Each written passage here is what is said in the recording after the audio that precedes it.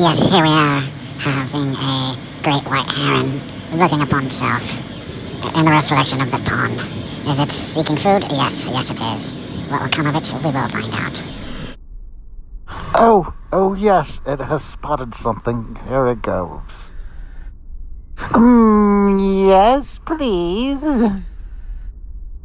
Upon retrieving the fish, the great white heron comes back and snarls it down, gobbling every morsel of it.